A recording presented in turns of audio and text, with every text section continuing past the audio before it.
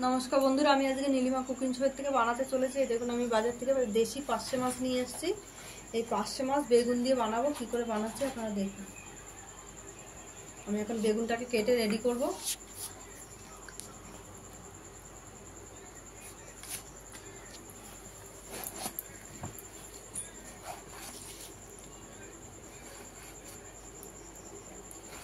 এইভাবে বেগুনটাকে সব কেটে রেডি করব, তারপর আমি বানাবো। সরু সরু করে বেগুন কাটছি।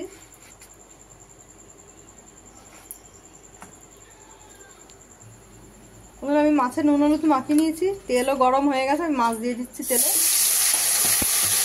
এক এক করে আমি মাছগুলো ভেজে নিচ্ছি, সব হয়ে গেছে। আর এইবার আমি বেগুনটা ভাজা বসিয়ে দেবো। আগে আমি ভেজে নেব, তারপর আমি তরকারি করব। বন্ধুরা, আমি বেগুনগুলো ভেজে নিয়েছি। কালো জিরা ফোড়ন দিয়ে দিচ্ছি। আর এই যে আমি 3 চামচ ধনে জিরে আর 1 চামচ লঙ্কার গুঁড়ো আমি দিয়ে আমি এবার কষে নেব।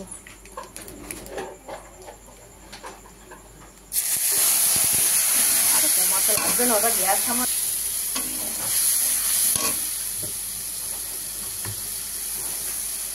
এবার আমি এইভাবে কষে নেব। কষা হয়ে গেলে ঝোল দিয়ে দেবো। ঝোল ফুটবে, মাছ আর আমি বেগুনটা দিয়ে দেবো। নুনটা পরিমাণ মতো দেওয়া আছে, একটু চিনি দিয়ে দিলাম, তাহলে ঝোলের টেস্টটা আসবে ভালো। এবার দিচ্ছি ঝোল। হয়ে গেছে কষানো আমার বেগুনের ঝোল। ফুটলে আমি বেগুন আর মাছটা দিয়ে দেবো। দিয়ে দিচ্ছি মাছ আর বেগুনটা। ঝোল ফুটছে।